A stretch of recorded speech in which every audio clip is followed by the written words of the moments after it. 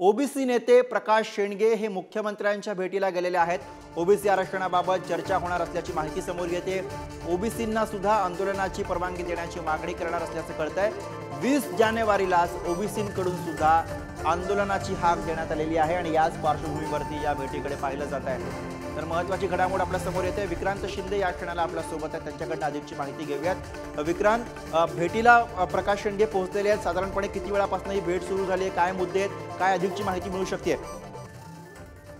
खरं तर गुरुप्रसाद सांगायचं झालं तर अगदी 15 ते 20 मिनिटांपूर्वी प्रकाश अण्णा शेंडगे हे जे ओबीसी नेते आहेत ते मुख्यमंत्र्यांच्या भेटीला पोहोचलेले आहेत। मंत्रालयामध्ये आज पहिल्याच दिवशी प्रकाश अण्णा शेंडगे यांनी हजेरी लावलेली आहे आणि त्यानंतर आता मुख्यमंत्र्यांनी हजेरी लावलेली होती त्यांच्या भेटीला आता प्रकाश अण्णा शेंडगे पोहोचलेले आहेत। खरं सांगायचं झालं तर मराठा आरक्षणाला प्रकाश अण्णा शेंडगे यांचा ओबीसी मधून आरक्षण देण्यासंदर्भात विरोध राहिलेला आहे आणि त्याच संदर्भात चर्चा सुद्धा केली जाते। तर 20 तारखेला मनोज जरांगे पाटील हे मुंबईच्या दिशेने वाटचाल करणार आहेत आणि 20 तारखेपासूनच ओबीसी समाजाने सुद्धा आरक्षणासाठीची जी परवानगी मिळावी याची मागणी केली होती आणि या संदर्भात सुद्धा मुख्यमंत्री एकनाथ शिंदे यांच्याशी प्रकाश अण्णा शेंडगे यांच्याशी चर्चा होणार असल्याचं समजतं। तर मराठा आरक्षण सल्लागार समितीच्या धर्तीवर ओबीसी आरक्षण सल्लागार समिती गठीत करावी ही मागणी सुद्धा प्रकाश अण्णा शेंडगे यांनी मुख्यमंत्र्यांचे आज पत्राद्वारे केलेली आहे। त्यांच्यामध्ये पत्रव्यवहार सुद्धा झालेला आहे। प्रकाश अण्णा शेंडगे यांनी पत्र सुद्धा मुख्यमंत्र्यांना दिलेलं आहे। गुरुप्रसाद, विक्रांत, ज्यावेळेला ही भेट आता होतीये मंत्रालयामध्ये तेव्हा फक्त प्रकाश शेंडगेच आहेत की त्यांच्यासोबत आणखी काही ओबीसीचे नेते आहेत, आणखी काही मुद्द्यांवरती चर्चा होणं अपेक्षित आहे?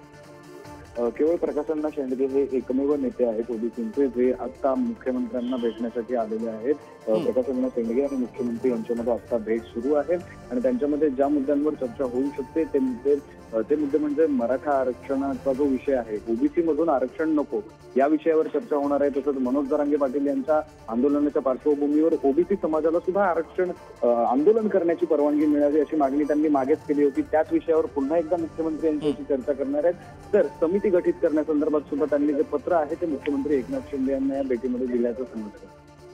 तर मंत्रालयामध्ये महत्त्वाची बैठक होते ओबीसी नेते आणि मुख्यमंत्र्यांमध्ये। धन्यवाद विक्रांत या माहितीसाठी। पण तुम्ही आमच्या सोबत राहा, आणखी एक मोठी बातमी समोर येते।